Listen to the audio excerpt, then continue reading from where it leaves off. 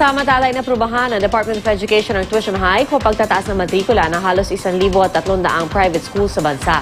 Ang Commission on Higher Education naman wala pang inilalabas na pinal na listahan ng mga pamantasang pinapayagang magtaas ng matrikula sa darating na pasukan.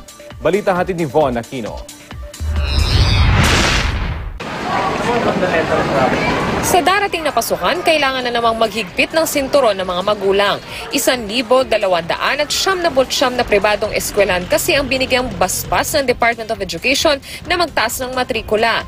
Pinakamarami sa mga ito, mga pribadong elementary at high school sa Western Visayas, Ilocos Region at Central Luzon. Mula 5% hanggang 35% ang pagtaas ng matrikulang inaprubahan ng DepEd. Hindi naman inaprubahan ang kagawaran ng petisyong taas matrikula ng 68 pribadong elementary at high school.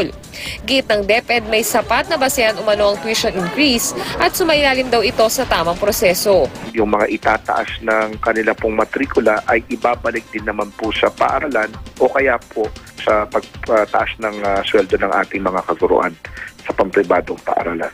Batay sa alituntunin ng DepEd, obligado ang mga paaralan na gamitin ang 70% ng taas matrikula para sa sweldo ng mga guro't empleyado. 20% naman ang nakalaan sa pagpapaganda ng mga pasilidad at kagamitan ng eskwelahan. Wala pang pinalalista ng CHED ng mga kolehiyo at universidad na aprobadong magtaas ng matrikula. Pinoproseso pa raw ng CHED ang tuition hike petition ng 353 eskwelahan. Sinugod ng may 100 miyembro ng League of Filipino Students o LFS at NUSP ang tanggapan ng CHED kahapon. Kinalampag at pinagbabato ng pintura ng mga estudyante ang tanggapan ng komisyon.